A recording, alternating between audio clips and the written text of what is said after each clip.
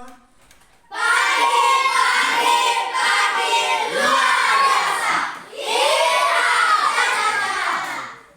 Sekarang dulu baik. Selamat pagi juga untuk kita semua Bagaimana kabar hari ini?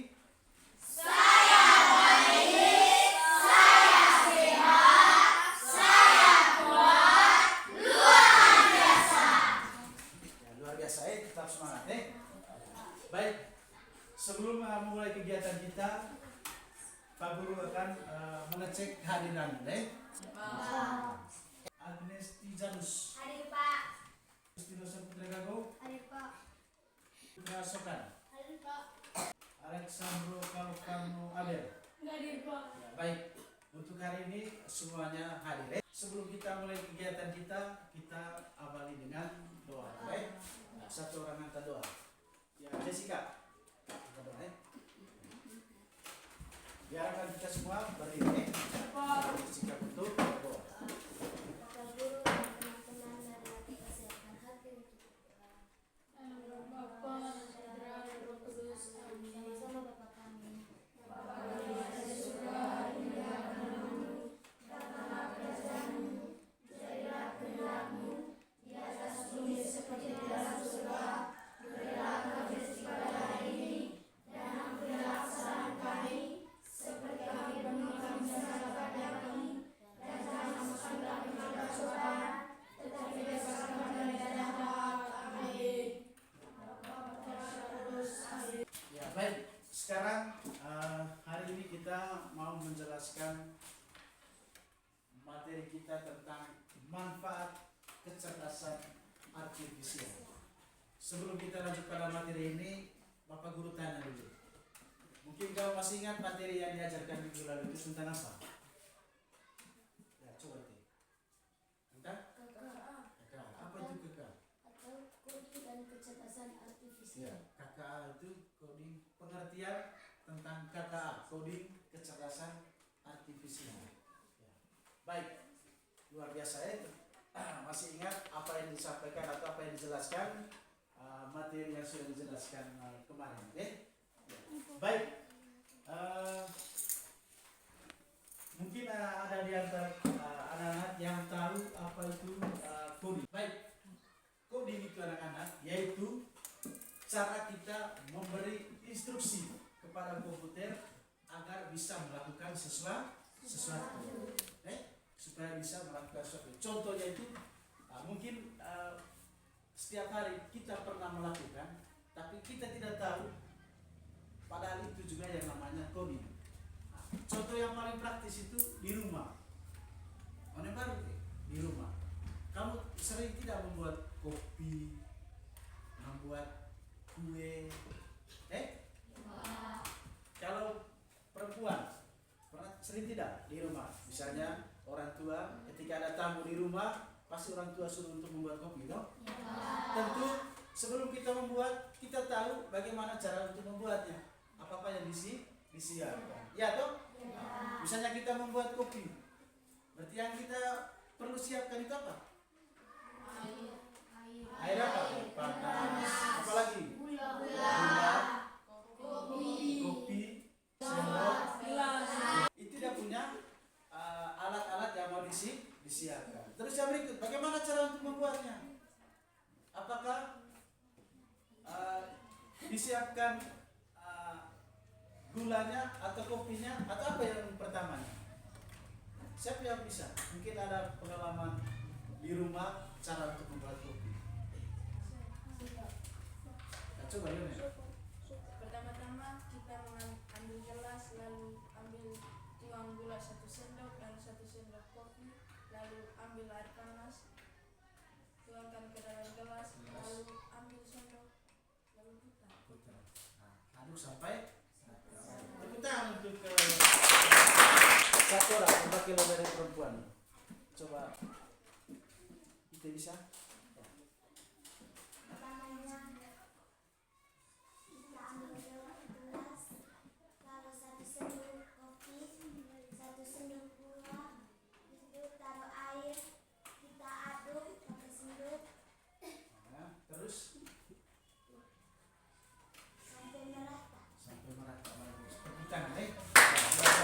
Itu arti dari kata coding tadi, cara kita untuk memberi instruksi kepada komputer agar bisa melakukan sesuatu. Atau itu tadi contohnya cara untuk membuat kopi. Tentu di situ ada dia punya urutan yang jelas. Baik, sekarang hari ini kita mau menjelaskan materi tentang manfaat kecerdasan artifisial. Bisa lihat tuh manfaat kecerdasan artifisial. Baik. Adapun tujuan materi kita pada pagi hari. Yang pertama, kita lihat sama-sama ya. Keuntungan dan dampak positifnya di setiap bidang. Yang pertama pada sini di bidang pendidikan. Ini kalau mau tentang di bidang pendidikan itu berarti di mana? Di sekolah. Terus yang berikut di bidang kesehatan. Berarti di mana itu? Bidang ekonomi dan bisnis dan bidang transportasi. Dari materi ini sebentar, tentu kamu harus tahu sebentar apa keuntungannya dan dampaknya. Sekarang kita mulai dari yang pertama. Di bagian yang pertama tadi, bidang pendidikan. Apa manfaat dan keuntungannya? Baik, pembelajaran personal AI itu menyesuaikan materi dan kecepatan belajar sesuai dengan kemampuan tiap murid. Dari setiap siswa itu pasti kemampuannya berbeda. Ada siswa yang ketika bapak dan ibu guru menjelaskan materinya itu cepat sekali tangkapnya. Itu berdasarkan dari daya tangkap dari setiap siswa. Terus gurunya itu membuat guru memberikan pemaparan cepat, membuat soal otomatis dan menganalisis hasil belajar. Baik. Kalau selama ini kamu pernah misalkan kalau di rumah sering main HP, apa yang kamu lakukan dalam HP? Misalnya kamu ketika kamu sering main HP, pasti kamu sering nonton ya toh? Ada juga yang sering main game gitu itu canggihnya itu baik. Itu di bidang manfaat dan keuntungannya di bidang pendidikan. Terus yang berikut, yang kedua tadi di bidang kesehatan. Apa manfaat dan keuntungannya? Manfaat itu AI itu sangat membantu menganalisis hasil ronsen dan data medis. Ketika misalkan kita ada orang yang sakit atau mungkin ada yang pernah pergi ke rumah sakit atau ada yang selama ini sakit sempat rawat di rumah sakit tidak, atau mungkin pernah dengar di rumah bahwa orang itu hanya sakit, iya itu sakit itu berdasarkan hasil ronsennya, iya begitu ya, iya itu sakit itu. Ketika kita sakit sampai di rumah sakit, tahu sakitnya itu berdasarkan hasil dari ronsen itu alat yang menunjukkan bahwa iya itu sakit itu. Kalau di rumah misalkan ada orang yang sakit, ketika mereka mau pergi berobat di rumah sakit, dia nginap. Sampai dia di rumah sakit itu dokter mengetahui segala penyakit dia itu berdasarkan dari hasil ronsen alat itu yang membuktikan bahwa dia itu sakit itu, misalnya lambung, poli juga ya, berarti kanker apa segala macam. Berikut mendeteksi potensi penyakit lebih dini melalui analisis data pasien. Sedangkan keuntungan itu membantu operasi presisi tinggi dan perawatan pasien. Apa keuntungannya? Ketika sudah tahu dia punya penyakitnya, maka tindak lanjut dari pihak kesehatan itu dia akan apa? Coba berarti ya, coba negara, bagian kesehatan gitu. Maka dia akan apa? Ya? Apa? Iya. Dari pihak kesehatan itu mereka akan memberikan apa? Obat. Obat itu untuk apa? Iya, memberikan kesembuhan. Mengerti betul? Tadi kan misalkan dia sakit, tapi tidak tahu dia itu sakit apa. Jawaban bersiapa? Nah, dengan kehadiran alat AI ini, bahwa melalui ronsen begitu, melalui ronsen dia periksa. Oh, itu dia. Gitu deh. Begitu ronsen, nah, maka tayang di TV. Oh, dia itu bisa sakit lambung. Setelah mengetahui dia punya sakitnya, maka yang menjadi keuntungan bagi kita, pihak kesehatan atau dokter, mereka memberikan obat itu berdasarkan apa? Sakit yang dia alami. Berdasarkan apa tadi? Hasil ronsen atau hasil apa? Pemeriksaan. Bisa mengerti? Yang berikut di bidang ekonomi dan bisnis. Ya, kalau di setiap kampung itu sekarang banyak sekali orang tua kita yang bisnis toh. AI membantu pengambilan keputusan bisnis berdasarkan dasar besar atau pembiayaan. Itu di bidang ekonomi dan bisnis. Sekarang yang berikut di bidang transportasi. Ini coba di bidang transportasi dia berarti nonton apa itu? Perjalanan, atau alat-alat transportasi. Alat-alat transportasi ini apa sih? Keseharian di dia kampung itu. Tapi ini kita bisa kalau kok oh juga kereta api pesawat itu banyak sekali alat-alat transportasi.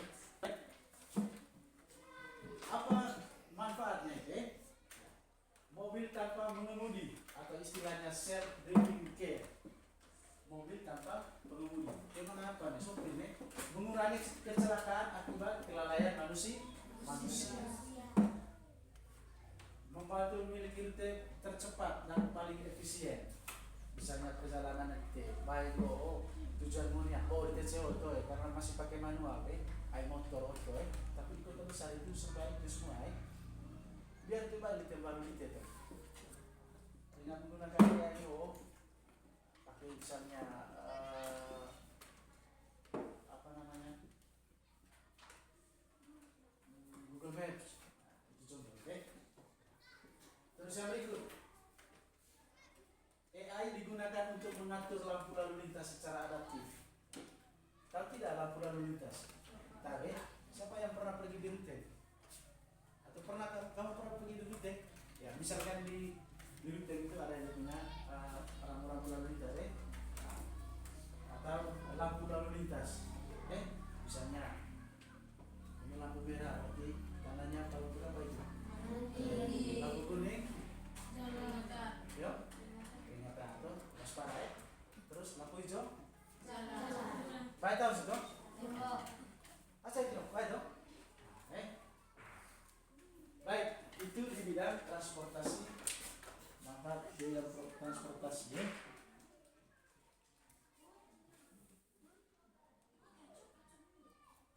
Sekarang yang terakhir, manfaat di bidang lingkungan. AI menganalisis data cuaca dan lingkungan untuk prediksi pola iklim, mengoptimalkan penggunaan air pupuk atau rotupannya. Baik, sekarang ada istilahnya tim prediksi cuaca. Itu dengan menggunakan AI. Terus membantu meningkatkan efisien energi dan mengurangi pemborosan. Bagaimana itu? Sekarang itu beberapa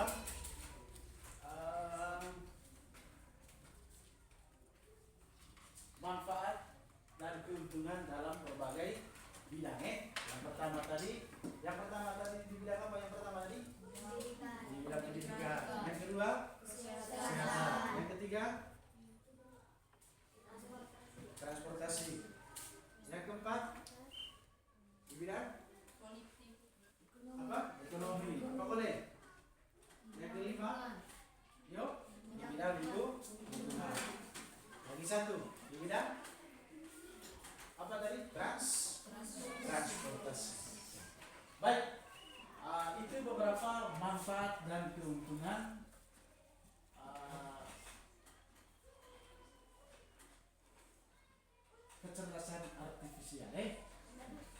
Sekarang kesempatan yang berikut kita buat dalam bentuk kelompok. Ya.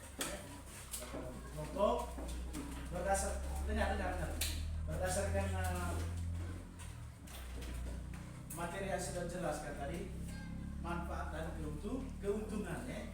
Sekarang kesempatan yang berikut dari berbagai bidang ini kamu sebentar bagi dalam bentuk kelompok untuk membuat apa dampak positif dari berbagai bidang itu. Kalau untuk manfaat dan keuntungannya sudah, sekarang kesempatan berikut sudah, kamu harus kerjakan apa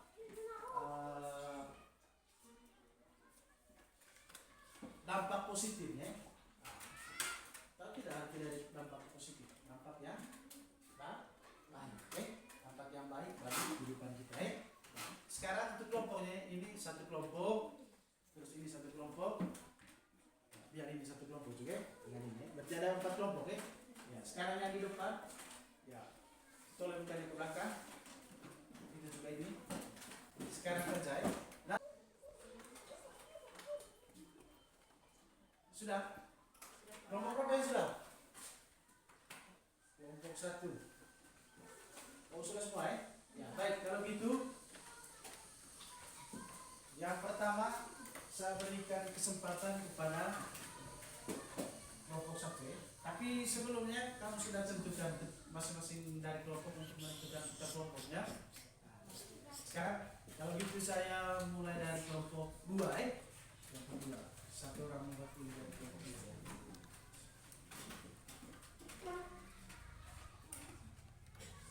Baik, terima kasih. Kami dari kelompok 2 akan mempresentasikan hasil diskusi kami. Tentang teman-teman. Pagi luar biasa. Iya. Kami dari kelompok 2 akan mempresentasikan hasil diskusi kami. 1. Bidang pendidikan. Meningkatkan ketertiban dan motivasi belajar. Ya. Membantu guru. Mulai ulang lagi yang pertama. Dan di bidang pendidikan, dampak positifnya adalah 1. Bidang pendidikan. Meningkatkan keterlibatan dan motivasi belajar. Membantu guru fokus pada aspek pembinaan karakter dan kreativitas.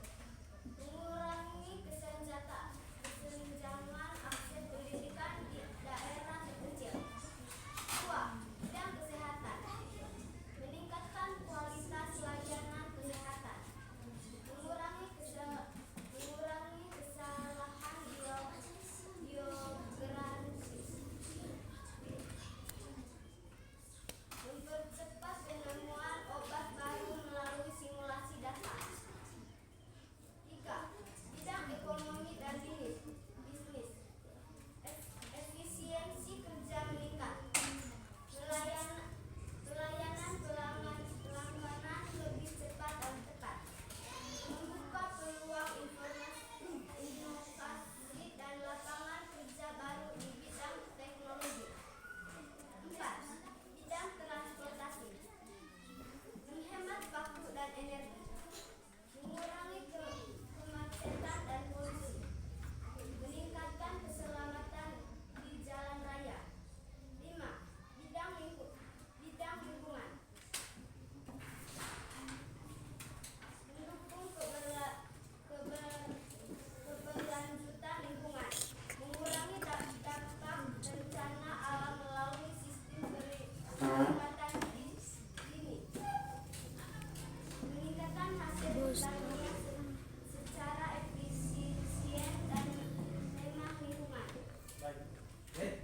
Terima kasih dari kelompok 2 silakan mempresentasikan hasil kerja mereka. Luar biasa. Tepuk tangan untuk mereka juga. Baik. Mungkin ada jawaban yang lain. Saya berikan kesempatan untuk dari kelompok 1, ya. Ya, mana kelompok 1? Yang ya bagus ya. Siapa ketuanya? Ya mantap. Bagus ya. Jangan lupa sebut dengan nama, ya. Saya dari kelompok 1 akan mempresentasikan hasil kerja kami. Nama saya Selamat pagi teman-teman. Kami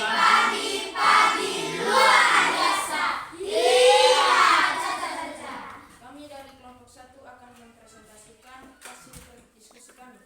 Nama saya Onel dan teman saya Carlos, Tino, Put, dan Rian. Jawaban kami dengan bidang pendidikan adalah 1. Meningkatkan keterlibatan dan motivasi belajar. 2. Membantu guru fokus pada aspek pembinaan karakter dan kreativitas. 2. Bidang kesehatan. Dampak positif dari bidang kesehatan menurut kelompok kami adalah meningkatkan kualitas layanan kesehatan. 2. Mengurangi kesalahan diagnosis. 3. Bidang yang ketiga, bidang ekonomi dan bisnis. Dampak positif dari bidang ekonomi dan bisnis adalah efisiensi kerja meningkat. 2. Melayani pelanggan lebih cepat dan tepat. 3. Membuka peluang inovasi dan lapangan kerja baru di bidang teknologi. Sekian dan terima kasih. Baik, terima kasih. Saya berikan tepuk tangan untuk kelompok 1. Baik, itu beberapa jawaban dari anak-anak sekalian. Ya, keterwakilan dari kelompok 1 dengan kelompok 2. Sekarang kita masuk pada, kita lihat lagi ke belakang materi yang dia ada sebelum tadi. Yang pertama itu di bidang pendidikan. Dia punya dampak positif itu, yang pertama itu dia meningkatkan keterlibatan dan motivasi belajar. Meningkatkan keterlibatan dan motivasi belajar. Dengan kehadiran AI ini, anak-anak juga ikut termotivasi untuk mengikuti mata pelajaran terkait dengan materi yang dijelaskan. Yang kedua, membantu guru fokus pada aspek pembinaan karakter dan kreativitas. Selain itu juga kami juga fokus dengan pembinaan karakter. Yang berikut, mengurangi kesenjangan akses pendidikan di daerah terpencil.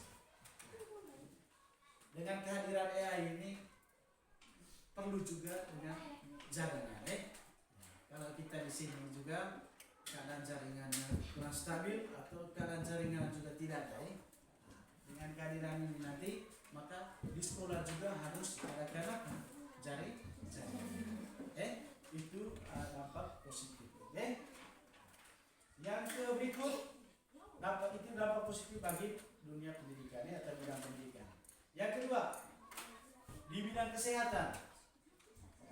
Tadi sudah dijelaskan dia punya manfaat dan keuntungan. Dampak positif itu di bidang kesehatan itu yaitu meningkatkan kualitas layanan kesehatan. Meningkatkan kualitas layanan kesehatan. Kalau dulu itu, zaman dulu itu karena jauh dengan puskesmas, karena itu yang terdekat sekarang puskesmas. Sekarang kalau di Laini, di Lambu sudah ada puskesmas. Semakin dekat tidak dengan kamu, semakin dekat.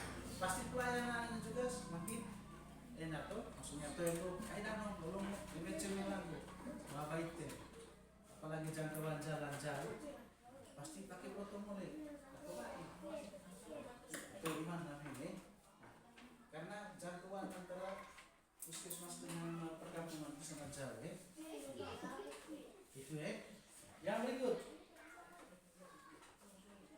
mengurangi kesalahan diagnosis obat.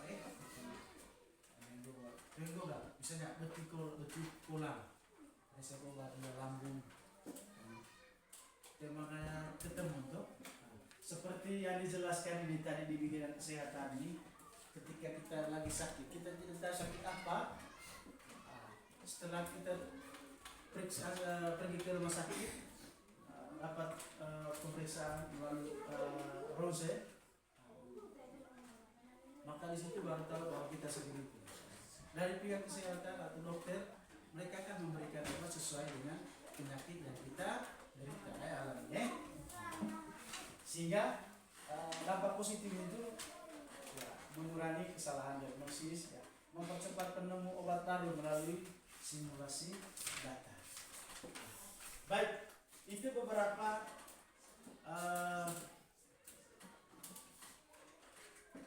manfaat dan keuntungan dan juga dampak positif dalam berbagai bidang secara khusus dalam materi yang kita jelaskan pada pagi hari ini, yaitu tentang manfaat kecerdasan artifisial. Sebelum